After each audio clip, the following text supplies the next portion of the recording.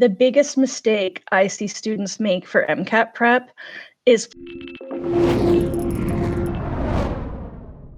the news. Let's start with the news that that we just had, right? The AAMC did announce the MCAT. Let's ask the very common question: when should I take that MCAT? Right? With your experience being in the test prep world for so long, what are some of the biggest mistakes in scheduling that students are making or have made? I love this question. So the biggest mistake I see students make for MCAT prep is planning to take the MCAT in the summer, by which I mean after the school year ends. Yeah. And I understand the appeal in that because, our curriculum is hard and maybe you're worried that you won't be able to get the grades you need to get and learn what you need to learn and get your MCAT score. It's a tough thing to balance, but MCAT test dates should have cushion. And mind you, they should have cushion in regular years because you never know, right? You could get the flu, your alarm could not go off. You just never know. But especially in a pandemic may hit. Yeah. In pandemic times, we've already seen that test dates aren't always reliable. So you want to build in cushion. You don't want to take the MCAT before you're ready, but it's October right now. You have time to plan what's the earliest reasonable date I can be ready. And you want to think about what a fallback is. So if you realize, hey, fall semester isn't as bad as I thought it was, I could actually maybe feasibly be ready for January. 100% go for it. I love it when students take in January. If you get it done, you've now just made the application process in the spring so much better for yourself. If something happens and something goes wrong and you don't feel completely ready, or you feel ready and then the score just doesn't match your practice test results, you've still got April or May as the fallback. But if you're telling yourself May, June, July, and then anything goes wrong, you're already looking at either being a later applicant or already potentially looking at now I might have to delay till next year, right? So I just think if you can plan early, then you should plan early. Yeah. One of the biggest issues that I see is that students wait until they're ready to actually schedule versus planning the schedule and then working their plan around the actual date. They wait for that date until they're comfortable. Is there an issue with that? I think so. I think you never really feel ready for the MCAT. You don't? And by the way, this isn't just pre-med. I actually was just reading some article about how so many future lawyers walk out of the LSAT, walk out of even the bar that they've passed, feeling defeated and sad and worried. I think it's a high achiever problem. It's a high achiever problem. It's the pressure of so much of your career in one moment of your life, one day of your life. So what I think tends to be best is pick a test date and then build a study plan that works backwards from there. And you guys will notice as we get more and more into building timelines and maps that this is the way I think a lot. So I don't want to say, I'm starting today, when can I be ready? I want to say, okay, here's a reasonable date I'm going to shoot for. Now, what do I have to do to be ready by then? And I really mean reasonable, right? So it's October right now. If you're aiming for January, when's finals week? Let's be real right now. You're not doing MCAT prep finals week. I see students every year say, oh, I'll be able to keep going. I'm like, just cut yourself some slack that week. Yeah. End of year holidays is dicey. I don't like to assume that everyone's celebrating holidays in December because that's not even some people's years don't even run that way. But if you are in a family that celebrates those things and you're going to catch flack from your family if you're not participating, we'll build that in. Yeah. Right. So some people study on December 25th and some people know mom will just be brokenhearted if I don't give her from the 23rd to the 26th. So, okay, so just plan that as a break.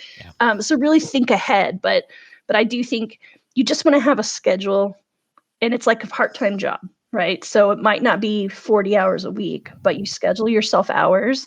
And like with any job, maybe you're sick once or twice, but mostly you just show up and do the work when you're scheduled to do it. Yep. Definitely. Well, awesome. Thank you for that wonderful MCAT expertise. Yeah. I'll throw up our first non-MCAT question of the day. This is a good one. I like this one. Should students avoid controversial subjects like abortion, politics, etc., during their interview in case the interviewer gets offended? What is the most controversial thing a student has ever talked about or wrote about that you've seen, Scott? No, I really haven't seen a whole lot of that over the years. I think it's very rare. Even these days, a lot of the interviews these days are structured. And so the interviewer doesn't, as in the past, the interviewer had a lot of freedom to ask whatever questions they wanted to, and, is that kind of stuff. But now more and more with the multiple mini interview, with structured interviews where the interviewer has specific questions they have to ask, I think that's less common these days. Now, yeah, I mean, the first thing that popped in my mind when I saw this question was, well, if the interviewer asks about, the research you've done, don't pop off all of a sudden, oh, by the way, I'm opposed to abortion. I mean, you got to make sure that your conversation fits the topic of the questions and stuff like that. And I would say the chances of a pretty controversial topic coming up are pretty slim. Even especially in the multiple mini interview and even structured interviews, I think they try to avoid things that are going to be too hot button issue type of stuff. But having said that, if the interviewer, for whatever reason, says, let me give you an ethical scenario and tell me what you would do in this situation if a blah, blah, blah, and it's a controversial topic such as abortion or euthanasia, or some of the others that are really really pretty hot, then I think you just have to be honest. You can't bullshit around. You can't you just got to say, this is how I feel. Having said that, I am committed to the duty of a physician, and what I have to do for the best of my patients, or whatever. Don't get in an argument with the interviewer, obviously, but but I think if you go into my big thing about interviews is you have to go into it being yourself, and so that's why I think that you don't, number one, you don't have to dress like you're going to a funeral. If that's not who you are, then just dress the way. Now, it needs to be professional, but if you want to wear a red tie or a red dress or whatever, then go for it. But if I hear advisors sometimes say, oh, you need to take your nose ring out, and you need to you need to cover up all your tattoos, and you need to blah blah blah blah blah blah blah. And to me, that's just all that's doing is hiding who you are. Yeah. And if that's part of who you are, because if you go down that road, then the whole interview, you're going to be trying to hide who you really are from the interviewer. Yeah. So I think you really have to just be yourself, be as spot on with the questions as possible. And then beyond that, just don't worry about it. If the interviewer gets all sideways about it, then maybe you don't want to go to that school to start with. Yeah, it comes up all the time, especially around politics, right? Especially in the political environment we're in now, where if you're on the left, the right hates you. If you're on the right, the left hates you, and everyone is wrong. And students are very scared of walking that line, especially usually it comes from, because I think most people understand that higher education is typically a more liberal environment.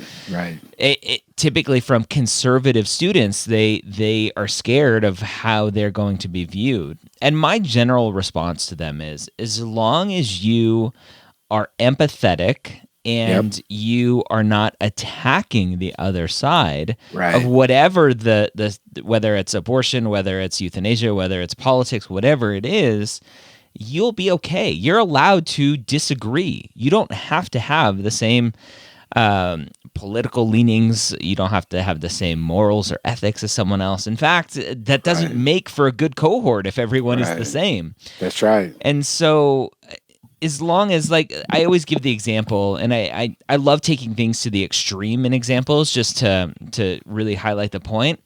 If a question comes up about abortion and you are pro-life and your answer is, well, I'm pro-life because of my religion and how I was raised, and I believe that life begins at conception, and I understand that there are lots of situations where women may want or need an abortion, and that's okay. That's their right to do that.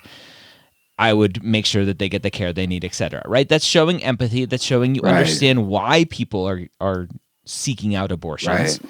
But and that's good. If you go from the standpoint of, well, I'm pro-life and everyone who has an abortion is going to rot in hell and I think they're terrible people and blah, blah, blah, right? That's potentially where you run into issues. Not potentially. That's where you run into issues. Right? Because you're lacking empathy of why people are having abortions to begin with. Yeah. So. And you know, I think also that in interviews like that where the interviewer has some leeway in terms of what they want, you don't know the agenda of the interviewer. He or she may agree with you completely and are just trying to see how you're going to respond. You don't know what they're looking for. Yep. So if you're trying to figure out in your head and assume some things about them, you may get totally botched with your response. So that's why I think you just have to be honest about your own feelings and just go from there. And I agree with you. You have to show consideration and compassion and all that. Absolutely. Yeah. Awesome. All right. Hi, non-trad student here. How, quote, old can the extracurriculars I include on my application be? I won't be applying until summer of 2022. The reason I'm asking is because I have plenty of volunteer and employed experience, clinical and non-clinical, from my long and slightly drawn-out undergraduate career, ranging from 2014 to 2020. By the time I apply, that time span will be even longer, 2014 to 2022. Should I focus on more recent experiences, or can I include older, meaningful experiences as well? Well, I would say include it all, but in the application, but particularly when you talk about those most meaningful experiences, then you can cover those. Now, you know what I think you have to be able to do is indicate why that was so meaningful. You have to really get into so what? some deep, the so what. You have to get into some deep stuff there in order to really focus in on why would this, because maybe it was so meaningful because that's what really set your trajectory, even though it's been kind of convoluted and stuff. Maybe it really set your trajectory. And but if you're depending on the old stuff for everything, then that's a problem. I think, you know, there has to be some new stuff, and there has to be some new stuff that's very meaningful to you as well, and that you reflect on well in terms of understanding the so what part, the value that it has been to you. But, you know, I don't have a problem with you including stuff that's kind of old, but if that's kind of it, then that would be problematic. Yeah, definitely problematic. So what else we got here? There are medical schools that made the MCAT optional, but are there any schools that blocks the MCAT completely from the admissions process? You wish. So there's one school that I know of, and I don't remember it off the top of my head, that, and just kind of, if you're listening to this in the future, this is all COVID related and because of the MCAT issues and everything else. Right. A lot of schools have made the MCAT, quote, optional for students who haven't had the opportunity to take the MCAT yet, meaning you can apply, every school has a little bit of a different process, whether you ask for them to be optional, let them know you're not going to be able to take it, etc. They'll review your application in a different way. There's one school that you can submit your SAT scores or ACT scores, and they have some algorithm that kind of converts it into a score for them. there is the problem that I personally see is that the far majority of schools, all but one that I know of, they're still using the MCAT in their admissions process. They're still, for students who have an MCAT, for who have taken the MCAT, they're still using the MCAT. And so you have two different types of people in the admissions process. You have those who have an MCAT and those who don't. And in that specific situation, I think the students who don't have an MCAT are disadvantaged because we as humans are so stuck in our routine of going, well, I need the MCAT to review an application. Right. There is one school out there, and again, I don't remember it off the top of my head. If you're watching this live and you know, you can put it in the comments and we can talk about it. There's one school that said, we're making the MCAT optional, and if you've taken it, we're going to blind everyone to that MCAT score. We're not going to use it in our admissions process this year. And I think that's the right way to do it because it's putting everyone on a level playing field. Yeah, that's right.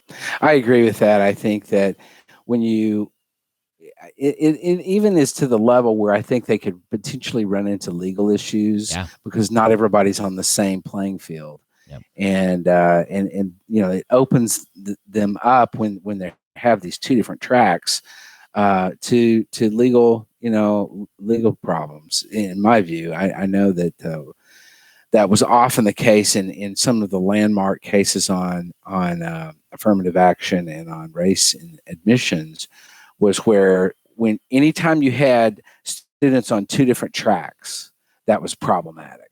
And so anyway, and I think that, a lot of schools blind their interviewers to MCAT scores and stuff like that. But at the end of the day, the vast majority of medical schools, the admissions committee, when it's making its final decisions of selection, they're going to be seeing everything. They're going to see, MCAT, GPA. They're going to see everything to make their decisions about who they want to make an offer to. So, as with, and we say this constantly, as with everything else in the admissions process this year, schools are trying to figure it out as they go along. And the pandemic hit them as hard as it did anybody else. And they're trying to just do the best they can to figure out, how do we do this? And I can remember one year when I was at Southwestern, speaking of the issue of MCAT scores, there was an issue related to MCAT scores, and I remember that what I did, I took the database of all of our applicants, and I said, okay, I'm going to rank all the applicants by GPA from 4.0 down to whatever. And then I'm going to say, if we simply use GPA to make the decision of who gets in. So we had a class of 200 at the time. I'm going to say, I'm going to take the top 200 people in GPA and see what we get. And so I did that, and then we began looking at everything. And this was, of course, in the days of the old MCAT, but it went from a high of, out the ceiling to a low of 5. These were students that had a 4.0 GPA, and they made a 5 on the MCAT. This is pre 2015 MCAT. Yeah, I mean, that would be something like making a 474. Yeah, or something like. I mean, can't you write your name on there and get that much? It was just amazing. And so what I'm saying by saying that is that I do think there's a value in the MCAT. I think it's overvalued, but I do think there's a value in having that constant that they don't have using anything else. And I think the MCAT is got other problems, but nonetheless, I think so. I think that's why most schools are still trying to use it as much as they can. Yeah. Scott, do you know of any a question here that we can't throw up on the screen? Any Texas schools that use I can't think of the right word, a review structure of only looking at X number of credit hours in the past, right? There are some schools that have this quote unquote 32-hour rule. Do you know any schools that say, you know what, we only care about the last 50 hours, 60 hours? No, Nothing published, at least. Mm-mm. Yeah. I think and now, I think to say that is to say for a medical school admissions committee is to say, we're not going to look at anything. So other than the last 60 hours or whatever. Now they can look at the last 60 hours and maybe they even stress the last 60 hours in certain applicants based on their circumstances. Yeah. But I think it's never wise for an admissions committee to put to tie itself down in a policy that could disadvantage a student or a group of students. So for example, we're only going to look at X and we're never going to look at Y. Yeah. I think the admissions committee in a medical school has to say, we're going to look at everything. And we're going to look at the specifics of your particular situation and look at everything with regard to you and try to figure out, is this a student that we want to enroll in our medical school? Yeah. And if that means we stress the last 60 hours on that particular student, then, that's great. We used to do that at Southwestern when we would see that there were applicants who had not done well in the first couple of years and had really picked it up a lot in the last couple of years. So those last 60 hours were really great. Or in the case of postbac students who maybe their entire undergraduate curriculum performance in past years was horrible, and they came back to school. They've done 20 or they've done 40, 50 hours of coursework, and they've done great. Then we used to say, we're going to disregard the old stuff completely. Yeah. And then we're going to focus simply on the postbac record. So I think, admissions committees don't like to sort of hand tie themselves down to things that are going to affect the way that they view things in terms of policies. Yeah, I've heard this so often from lots of different admissions committees and deans and directors of admissions that they don't like having any sort of published rules. Right.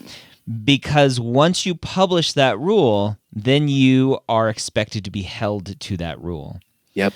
And what it does, and students get frustrated by that, and I understand that.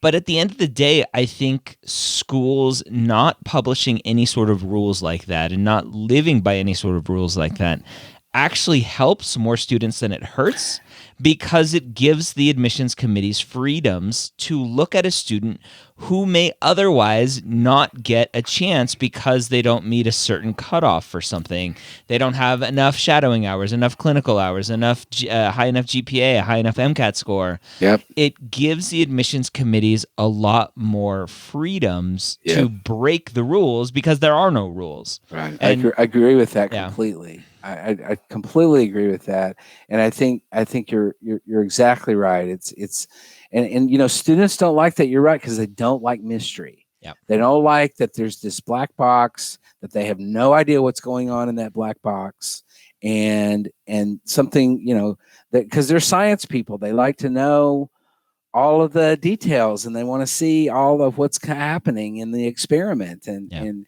it's frustrating to them when there's a black box that they don't know what's going on in it.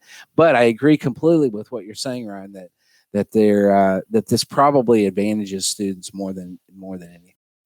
Yeah. The interesting thing will be, and it's somewhat public knowledge, the University of Utah had a big lawsuit. The medical school had a big lawsuit because of their admissions criteria. There was a student who didn't get in. I think the student's mom, I believe, if I'm not mistaken, was a big shot lawyer and sued the school because the student didn't get in. And after the review process, it was determined that the school didn't have enough rules in their admissions process. It was too subjective. Mm-hmm. And now, if you go to University of Utah's website, they have some specific criteria listed to say, hey, an average applicant will have this many clinical hours and this many shadowing hours and this much research. A good applicant will have this. They're one of the few schools that actually lists that sort of information. I still think they have left themselves with enough leeway to actually still be able to review an applicant how they want to review an applicant. But at least there are some objective measures that they're putting out as public information. Right. But it'll be interesting because that lawsuit is still relatively new within the last 5 or so years, I believe. Yeah. It'll be interesting to see if there are any long-term consequences at other schools because of that. Yeah. Yeah. And, this usually comes, if we get a little political for a second, this usually comes from the right, from the far right that says, I didn't get in because X person got in that had a less GPA than I had, or their MCAT score was lower than mine, and they are a minority student, or they are whatever. Yep. So I think that, this is very, very often, in my experience, when we would get, angry students and potential lawsuits and stuff like that, which every medical school gets all the time. Yep. They get these, things. And then it's usually from those who are more conservative, who think it ought to just be cut and dry, GPA, MCAT score. That's all that matters. Yep. I've earned my spot because I have X. And that's just not the way. It's not the way life works. That's not the way this works. No, it's the way a lot of people want life to work, but it doesn't work. Yeah. I know, Scott, you're not doing it deliberately, but what you just said is a good reminder as to why we are also doing now free sessions on Thursdays about competencies and personal traits. Exactly. And that is it's subjectively measured, but it's objectively laid out. There are 15 core competencies that the AAMC expects to see. And I'm not referring to politics. I'm just referring to why it's not as cut and dry as grades and MCAT score and even number of hours, because it's not the what, it's the so what. The so what, right. If you're hearing this and you're listening and you're thinking, join us. Join us on Thursday. And just a clarification, if I may, in that language, right? The AAMC really has no role in the admissions process, so they're not expecting to see anything. Yeah. But the AAMC has worked with all of their partner organizations, all the medical schools, to determine what a good medical student looks like, and those are the core competencies they've developed. Thank you for clarifying. And I'm speaking to people who are listening live that it's happening Thursdays live this fall, but it's all on map.tv, so that's something you can check out if you're catching this later. Yep. Yeah. All right, I'll pull up the next question here, which works out well because there was a postscript. So, is it acceptable to only request one letter of recommendation from a professor? Or from other doctors? Oh, I didn't see that last part of it. Sure. I work with these doctors directly. So, what was the end of the from a professor and the others from doctors? Okay, so. The letter of recommendation question is one that drives me nuts because it is one of the most common "it depends" answers. Yep. That every medical school wants something different. They request something different, and so also undergraduate institutions that have committee letter processes. They may have rules with regard to how many professors you have to have, or other individuals like that. And I think what you have to keep in mind is that professors often are addressing different competencies than doctors that you work with would be. Yeah. So they're going to be addressing competencies of classroom, of work ethic, of teamwork, of various things that are more relevant to the academic environment. And that's the viewpoint they're going to have, as opposed to doctors are going to be viewing it from, depends on their relationship with you, but from a patient perspective, perhaps, or a teamwork perspective, or your ability to do X, Y, and Z. If you're a practitioner yourself, such as a nurse. So I think it depends. There's a lot of things that would affect the answer to that question. But generally speaking, I think it's best to have 2 letters from professors that you know well. And then you can supplement that with a variety of other letters depending on what your situation is. Yeah. The old kind of rule of thumb is 2 science, 1 non-science. But look at all the schools. And this is information we'll have in mapped eventually so that we can give that sort of specific feedback as you add schools to your list.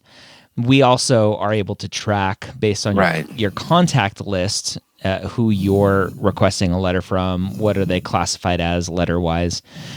We can give you feedback to say, hey, University of Utah, right, School of Medicine, to pick on Utah some more today, they require this one extra letter that you don't seem to have.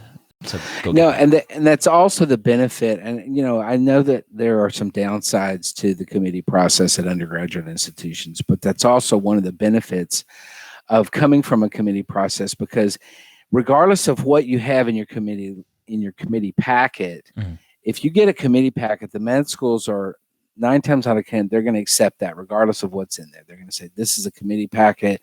If it doesn't necessarily fit with our typical kind of regimen, then but it's the committee packet. So that there is a benefit there to having that packet.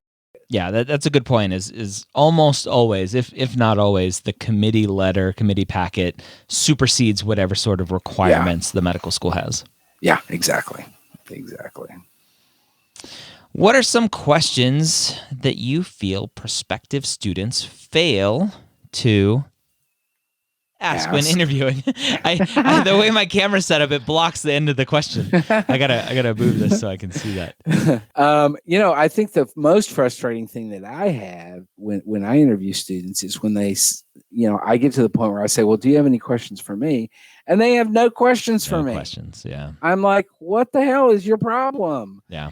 Have you not researched the institution? Do you not? I mean, it just boggles my mind that they would have no questions whatsoever. I think that's the biggest downside in an interview. You need to go in there prepared, and it's not that complicated. If nothing else, all you have to do is say to the interviewer, well, you're a faculty member here at this institution. Tell me why do you stay here? Why do you like it? What is it about this institution that you feel strongly about? I mean, that's a very simple question that is not relative to anything personal or whatever to the interviewer. You could ask it regardless of who the interviewer is, and it would be applicable. So those are my favorite questions. What's more frustrating, having no questions or having questions that you just can't answer because they're way too specific and over your head? That's a good question. They're both kind of frustrating, because I think no questions leads me to believe this is an apathetic student who hasn't done their homework. Yeah. And too many complicated questions leads me to think this is an arrogant son of a bitch who just wants to pin me into the corners. Yeah. Who's trying to show off about how much research they've done and how specific. Yeah. Be like, well, Dr. Wright, I've noticed in the third week of second year, the curriculum highlights this one aspect. Do you like, really, dude? Really? Yeah. I did a presentation last year for interviewing, and one of the key things that I talked about was having questions ready to go and having the questions be general enough that anyone can answer them. And I love opinion-based questions. What's your opinion of this? What's your opinion of that? Because you don't have to be on the curriculum committee to answer a question about the curriculum. And the student was like, oh man, I wish I knew that information when I was interviewing. And this student had gotten in. He's like, I was at one interview and I asked 3 questions in a row that the interviewer was like, I don't know. Oh man. Like, yeah, you gotta be careful. Yeah, you do. Because a lot of these faculty members, particularly if they're basic science faculty, they know their stuff. They don't know a whole lot about much of anything else. They don't know anything about clinical stuff. They don't know, it's just, so I agree with that completely. You have to really have it general enough where pretty much, and that's why I like the question of what that's real personal. Why do you like it here? Or what about this institution is compelling to you? Yeah. Or how long have you been here and why do you stay? Or, things that they could easily answer that are very, and, everybody likes to talk about themselves at some level or another. And so if you ask them something personal about themselves, they can answer that.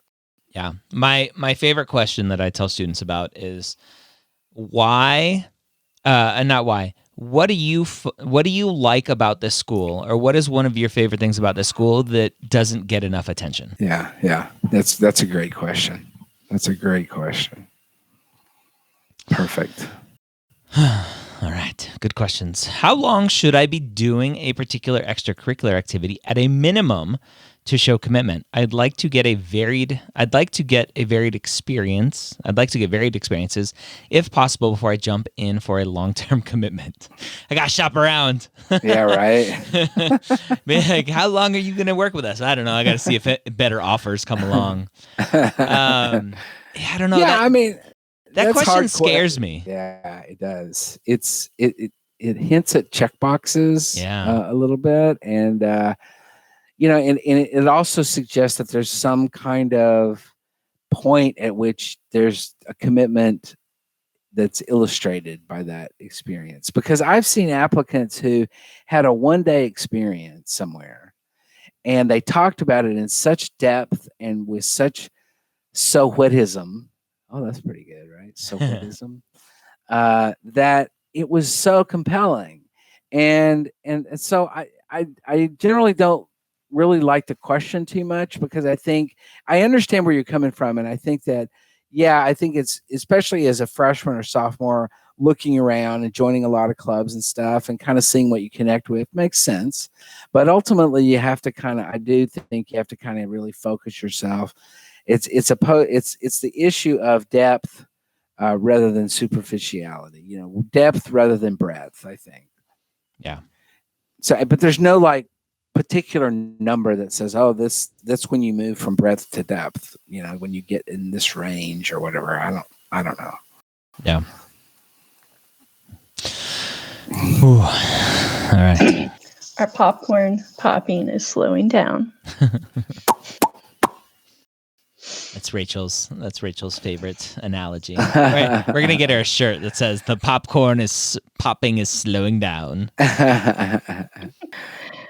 So if anyone has any last questions, we probably have time for one or maybe two more. Yeah. Now everyone is going to use that when somebody said, "What? I don't know what you're saying about." Oh, about the what question to ask. Oh, okay, yeah. Oh, that they're makes sense. saying everyone's going to use the what you're saying. At least all mapped users. I think it's a great. Here's question. An interesting one. Any new Premed playbook? I know. I was like, it's going to make him cry a little, but still. Yeah, there's lots of them in the works. I've had my Premed playbook guide to the medical school application 60-70% done for a year now almost. the pandemic kind of screwed me there. Right. Oh well. Yeah, you're going to have to update that a little. Yeah, and then Ryan and I are working on one that we're not calling Premed playbook, but that is kind of like a journal version of mapped. So, especially if you've got, friends or family who are maybe juniors or seniors in high school and are just trying to get a feel for what the next 6 years are going to look like, it's a good primer before you actually invest in the mapped app. I like to think of it as a mapped companion for the non-digital loving folks. Also. And I have a book that's in my head. Yeah. What is that book? On the competencies.